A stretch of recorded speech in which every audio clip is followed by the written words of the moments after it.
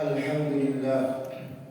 Alhamdulillahilladzi arsala rasulahu bil huda wa dinil haqq liyudhhirahu 'ala ad-dini kullihi wa kafa billahi shahida.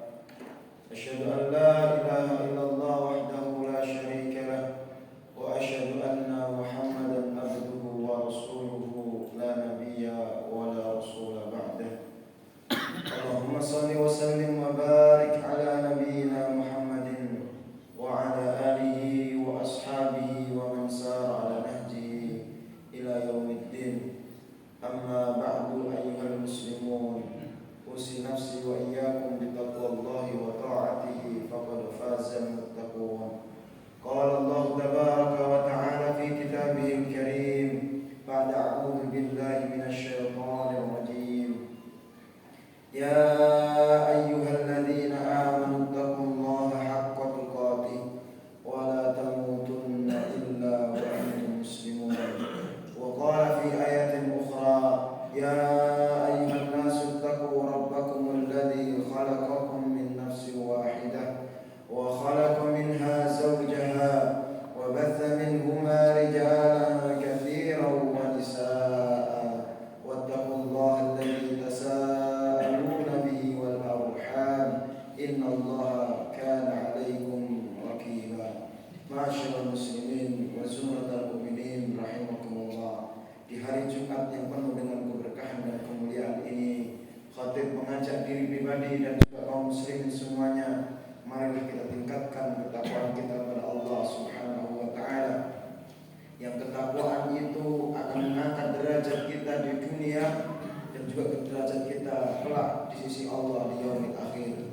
Tidak ada hal yang baik untuk kita jadikan bekal ketika kita kelak menemui ajal kita. Kemudian kita berada di alam barzakh, kemudian kita di yaumil hisab, yaumil hasyr, kemudian yaumil mizan dan lain sebagainya setelah kematian tersebut, kecuali ketakwaan kepada Allah Subhanahu wa taala. Allah Subhanahu wa taala berfirman, "Wa tazawwadu," dan berbekalah kalian semua, "fa inna khairaz zadi taqwa." Sesungguhnya sebaik-baik bekal adalah ketakwaan kepada Allah Subhanahu wa taala. Kemudian di hari yang berkah ini juga kita berbanyak bersolawat kepada Rasulullah Muhammad sallallahu alaihi wasallam. Semoga kelak dengan berbanyak sholawat ini Allah memudahkan kita mendapatkan syafaat Rasulullah Muhammad sallallahu alaihi wasallam di yaumil hisab. Amin ya rabbal alamin. Masyaallah muslimin jamaah salat Jumat yang dimuliakan oleh Allah Subhanahu wa taala. Setiap muslim memahami bahwasanya kehidupan ini sebagai mukadimah. Di awal, kemudian kelak akan datang kehidupan yang sesungguhnya setelah kematian, yaitu hari-hari setiap kaum muslimin berada di surga Allah Subhanahu wa taala. Akan tetapi mukadimah atau permulaan kehidupan ini ternyata membawa hisab yang begitu pedih, membawa kejadian-kejadian penentu apakah kita ini berada di surga Allah ataukah kita berada di neraka Allah Subhanahu wa taala. Tidak ada tempat di antara keduanya.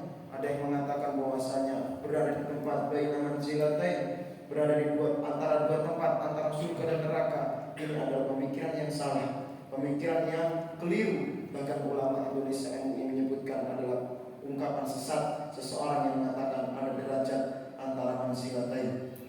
Maka seorang muslim dengan kondisi tersebut mengetahui, menghisab dirinya, bagaimana Allah Subhanahu wa taala mengkondisikan kaum muslimin tersebut. Kita lihat di berbagai ayat yang begitu banyak. Makna neraka di sini adalah khusrah, kerugian atau halak, kehancuran. Kemudian surga ini adalah disebut dengan naim, nikmat Allah Subhanahu wa taala. Maka ketika kita rincikan demikian ini, ternyata Allah Subhanahu wa taala telah menjabarkan di ayat-ayat yang begitu banyak bagaimana seseorang mendapatkan kebaikan, mendapatkan kemenangan, mendapatkan surga Allah Subhanahu wa taala dan menghindari neraka Allah Subhanahu wa taala yang begitu pedih. Hal ini tujuannya sebagai bentuk Allah Subhanahu wa taala menunjukkan kepada kita kaum muslimin yang beriman kepada Allah Subhanahu wa taala bagaimana dahsyatnya Allah Subhanahu wa taala. Allah Subhanahu wa taala mengatakan di Di dalam surat At-Tin Allah bersumpah wat-tini waz-zaitun, demi buah tin dan zaitun. Wa turi sinin, dan Allah bersumpah dengan gunung Tursina, tempat Nabi Musa bertemu Kalimullah, ingin bertemu dengan Allah Subhanahu wa taala. Wa hadzal baladil amin, dan Allah juga bersumpah dengan Mekah mukarramah. Allah bersumpah dengan hal yang dahsyat luar biasa. Allah mengatakan laqad khalaqnal insana fi ahsani taqwim. Sesungguhnya Allah telah menciptakan manusia ini dengan bentuk yang sebaik-baiknya. Secara fisik, zahir manusia, Allah Subhanahu wa taala telah ciptakan sebaik-baik penciptaan. Tidak ada kekurangan sedikit pun. Kemudian Allah mengatakan di dalam ayat tersebut, summa radadnahu asfala safilin. Akan tetapi fisik yang sempurna ini ternyata kelak akan kembali pada Allah Subhanahu wa taala, kemudian diletakkan di tempat yang rendah serendah-rendahnya. Ketika kita buka kitab Ibnu Katsir, dalam tafsir Ibnu Katsir atau tafsir At-Tabari, maka kita lihat makna asfala safilin narullah, neraka Allah.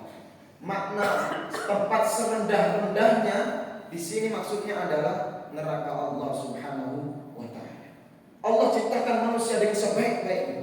Tetapi kenapa harus ada manusia tersebut yang kembali pada neraka Allah Subhanahu wa taala? Padahal yang menciptakan adalah Zat yang Maha Baik. Kemudian yang diciptakan oleh Allah pasti baik. Tapi kenapa ada yang Allah jadikan tersebut kembali kepada neraka Allah seburuk-buruk derajat, serendah-rendah manzilah di sisi Allah Subhanahu wa taala, yaitu neraka Allah Subhanahu wa taala. Sebagai bentuk ujian, sebagai bentuk kejujuran seseorang mengetes ujian apakah orang tersebut benar-benar beriman kepada Allah Subhanahu wa taala ataukah mereka berdusta kepada Allah. Maka ayat selanjutnya illal ladzina amanu wa 'amilus shalihat, kecuali orang-orang yang beriman dan beramal saleh, falahum ajrun ghairu mamnun, maka mereka mendapatkan pahala yang tidak terputus. Maka pahala ini di sisi Allah Subhanahu wa taala menjadi silah, menjadi barang dagangan di sisi Allah Subhanahu wa taala. Ala inna silatallahi hiya jannah. Dan ketahuilah sesungguhnya dagangan Allah itu adalah surga, dan itu tidak bisa dibalas dengan bentuk fisik manusia. Kalau ukuran fisik, mungkin orang-orang Yahudi dan Nasrani yang memiliki kekuasaan di dunia, mereka mendapat pangkat derajat di sisi Allah Subhanahu wa taala. Para binaragawan yang memiliki fisik-fisik atletis, mereka yang memiliki jabatan yang tinggi di sisi Allah Subhanahu wa taala. Sedangkan orang-orang yang mukmin yang suka berpuasa kurus-kurus, orang yang suka infak sedekah sampai lupa infak sedekah pada perutnya sendiri, kurus-kurus, tidak mendapat derajat di sisi Allah. Tapi Allah Subhanahu wa taala tidak meletakkan fisik itu sebagai ukuran, tetapi yang dilihat adalah iman dan amal saleh terhadap diri. Berkaitan tentang jiwanya, di dalam surat Asy-Syams Allah Subhanahu wa taala bersumpah dengan 8 perkara yang disumpahkan oleh Allah Subhanahu wa taala. Wasyamsi wa duhaha, wal qamari idza talaha, wan nahari idza jallaha, sampai yang terakhir. Wa nafsi wa ma sawwaha, dan jiwa, dan kami telah sempurnakan jiwa tersebut. Allah telah sempurnakan jiwa seseorang. Fisiknya Allah sempurnakan, jiwanya Allah sempurnakan. Kemudian selain disempurnakan jiwanya, fa'alhamaha fujuraha wa taqwaha, Allah tunjukkan jalan kemaksiatan fujur, jalan keburukan, jalan kedurhakaan kepada Allah. Kemudian Allah tunjukkan juga wa taqwa, jalan ketakwaan kepada Allah Subhanahu wa taala. Fisiknya Allah sempurnakan, jiwanya Allah sempurnakan. Kemudian Allah Subhanahu wa taala bekali di dalam jiwa tersebut, ilhamkan pada jiwa tersebut ketakwaan dan kefujuran, kemaksiatan, kebaikan dan lain sebagainya yang selalu bernadu. Keimanan dan kemaksiatan tidak akan bersatu. Dan itu dijelaskan oleh Allah Subhanahu wa taala dalam surat Al-Hujurat, bahwasanya Allah Subhanahu wa taala menjelaskan bahwasanya orang-orang yang beriman memiliki rasa kebencian terhadap kemaksiatan dan kedurhakaan kepada Allah Subhanahu wa taala. Allah Subhanahu wa taala melanjutkan ayat yang dalam surat Asy-Syams, qad aflaha man zakkaha wa qad khaba man dassaha. Telah beruntung orang yang mensucikan jiwanya dari kedurhakaan dan kemaksiatan kepada Allah, dan telah merugi orang yang telah mengotori jiwanya dengan kemaksiatan kepada Allah. Maka Allah sudah tunjukkan konsep dalam hidup kita. Dari segi fisik Allah tunjukkan bahwasanya Allah kasih modal fisik kita, Allah ciptakan dengan sebaik-baik penciptaan. Dari jiwa dan ruh kita, Allah Subhanahu wa taala telah berikan dua modal, diciptakan dengan sebaik-baik penciptaan, kemudian diilhamkan kebaikan dan diilhamkan di situ jalan keburukan, diberitahu. Tapi ternyata ada orang dalam kondisi tersebut terpecah menjadi dua bagian. Bagian yang pertama, orang yang mensucikan jiwanya dengan ketakwaan kepada Allah, dengan amal saleh, dengan keimanan kepada Allah Subhanahu wa taala. Sedangkan yang kedua yaitu jalur di mana ada orang yang mengotori, merugikan dirinya sendiri dengan kemaksiatan kepada Allah Subhanahu wa taala. Masyaallah muslimin, jamaah salat Jumat yang dimuliakan Allah Subhanahu wa taala. Di dalam surat Al-Asr, Allah Subhanahu wa taala bersumpah demi masa, wal 'asr, demi masa. Imam Ibnu Katsir menjelaskan kalimat Al-Asr maksudnya adalah setiap waktu yang digunakan oleh manusia dalam pergerakannya dan amal solehnya atau amal buruknya, segala perkara, dan manusia tidak mungkin tidak terliput oleh waktu tersebut, pasti dihimpit oleh waktu-waktu tersebut. Maka ini adalah perkara yang dahsyat. Maka hal tersebut Allah jadikan sumpah untuk menunjukkan bagaimana dahsyatnya Allah Subhanahu wa taala tentang perkara kehidupan manusia. Innal insana lafi khusr, sesungguhnya manusia ini dalam kerugian. Persis seperti yang Allah katakan di dalam surat Asy-Syams, wa qad khaba, dan telah merugi. Beda kalimatnya saja. Kalau khusr di sini bentuknya adalah hasil, sedangkan khaba di sini adalah fi'il madhi yang artinya adalah sebuah perbuatan yang dikerjakan oleh manusia. Artinya di dalam surat Al-Asr ini banyak orang sebenarnya telah melakukan perbuatan-perbuatan yang merugi, akan tetapi dia tidak merasa merugi. Telah melakukan perbuatan-perbuatan yang bermaksiat kepada Allah Subhanahu wa taala, meskipun dibingkai dengan bingkai-bingkai seakan-akan dia berbuat taat kepada Allah, tapi dia tidak merasa. Hal ini penting untuk difahami. Al-khusr, kata Imam Tabari, al-khusr wal halak, kerugian yang begitu dahsyat dan kehancuran kehidupan dunia dan akhirat. Selesai. Allah menjadikan manusia dengan penciptaan yang begitu bagus, penciptaan yang begitu sempurna. Jiwanya dibekali dengan dua perkara penciptaan yang bagus, kemudian ditunjukkan perkara-perkara yang baik, perkara-perkara buruk dalam kehidupannya. Tetapi ternyata ada di antara manusia tersebut orang-orang yang masuk dalam golongan orang-orang yang merugi. Akan tetapi lihat bagaimana rahmat Allah Subhanahu wa taala kepada manusia. Ketika Allah beritahu bahwasanya ada perkara-perkara yang membuat orang Islam ini merugi, membuat manusia ini merugi, Allah segera kasih solusi setelah itu. Allah berikan jawaban bagaimana orang-orang tersebut tidak tertipu dengan fisiknya yang ganteng, dengan harta yang dimiliki, gedung-gedung yang tinggi, dengan pangkat derajat yang dia miliki, atau dengan nasab keturunan-keturunan jalur-jalur biru luar biasa. Biar tidak merugi, Allah tunjukkan di situ jalurnya. Illal ladzina amanu. Semuanya manusia ini dalam kondisi merugi, kecuali ada pengecualian dari Allah Subhanahu wa taala. Illal ladzina amanu, kecuali orang-orang yang beriman. Al-iman iqraru bil qalb. Ada iman yaitu meyakini, al-yakin bil qalb, keyakinan di dalam hati, tertancap dalam hati. Wa iqrar bil lisan, mengikrarkan dengan lisannya. Wal amal bil jawarih, mengerjakan dengan perbuatannya. Kalau orang munafik, fisiknya mengerjakan, lisannya mengucapkan, hatinya kufur, munafik dia. Kalau orang fasik, hatinya beriman kepada Allah, akan tetapi mulutnya, perbuatannya perbuatannya bermaksiat kepada Allah Subhanahu wa taala. Orang beriman cocok antara apa yang ada di dalam disembunyikan dalam hatinya dan apa yang keluar dari lisannya dan apa yang dia kerjakan dalam kehidupan sehari-harinya. Maka kita tidak perlu ragu. Tidak perlu ragu-ragu. Ketika kita memasukkan ke dalam botol itu air kelapa, maka kita nggak usah ragu-ragu, yang kita tuang dari botol tersebut pasti air kelapa. Begitu juga diri kita.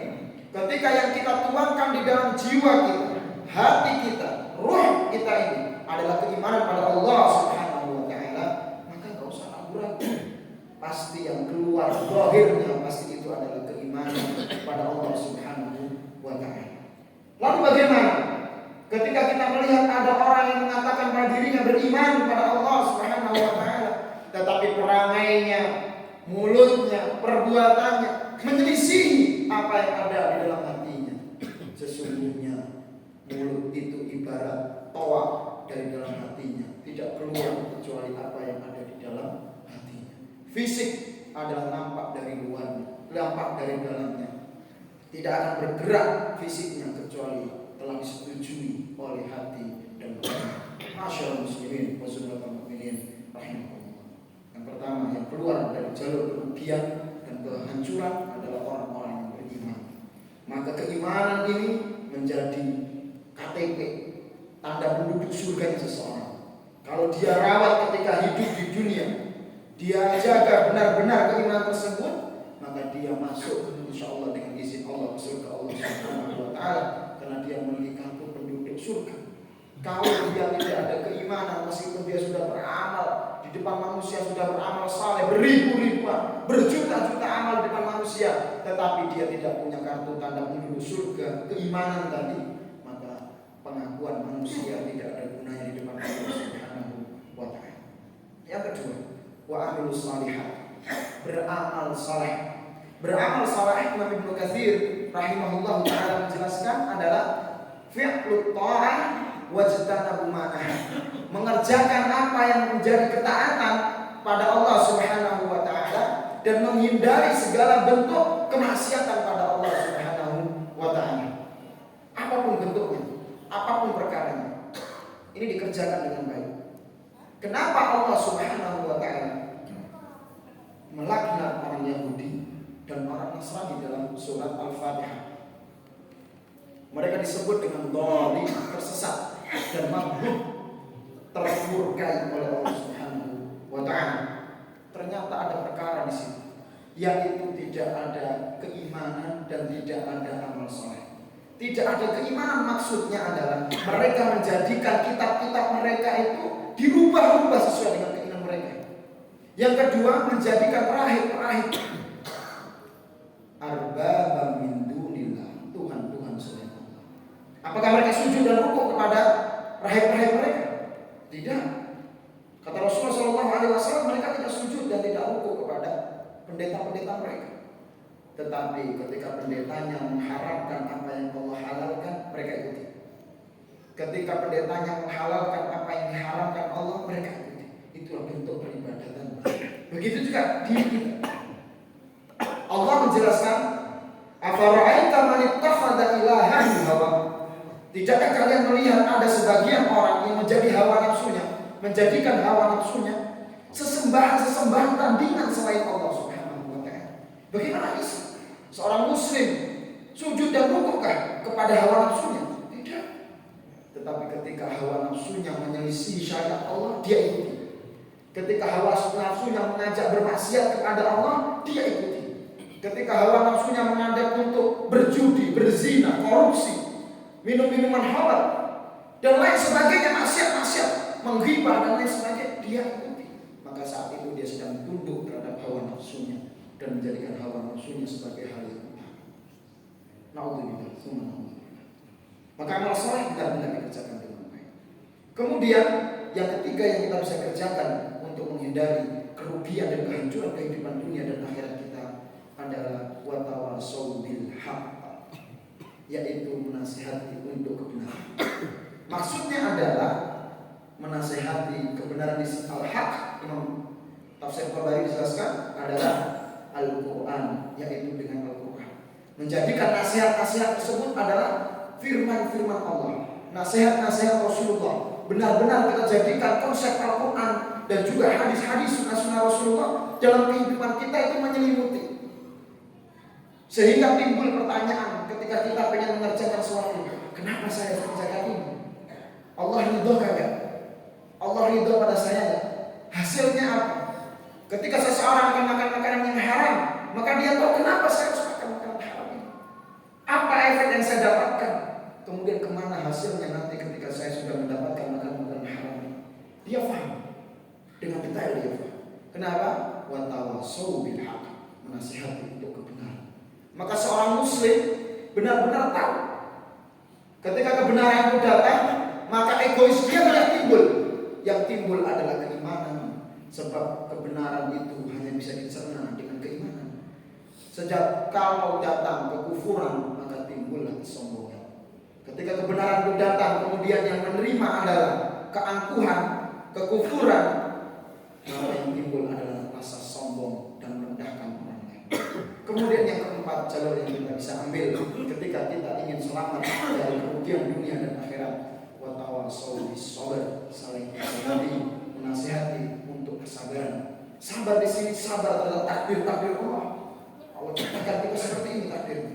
Kemudian sabar terhadap musibah-musibah yang diberikan oleh Allah Subhanahu wa taala. Sabar dalam bertaat pada Allah ketika kita harus bangun qiyamul lail, salat tahajud sebelum subuh. Sabar. Ketika kita harus bersabar bangun subuh dengan dinginnya subuh, kemudian kita harus sujud ruku padahal dalam kondisi ngantuk, dalam kondisi lelah, kita harus tetap sholat isya berjamaah masih capek pulang kerja, luar biasa. Masih harus sabar meskipun dalam di mata kita dihidapkan berjuta-juta uang untuk kita bermaksiat kepada Allah. Kita sabar dalam ketaatan. Kemudian yang ketiga, yang keempat, sabar menghindari maksiat Allah. Kita hindari dengan kesabaran. 4 perkara ini yang dengan modal yang telah kita sebutkan tadi mampu menjadikan diri kita terhindar dari kerugian dunia dan akhirat. Barakallahu li wa lakum fil Qur'anil Karim wa nafa'ani wa iyyakum bima fihi min al-ayati wa dzikril hakim wa taqabbal minni wa minkum tilawatahu innahu huwas samiul alim.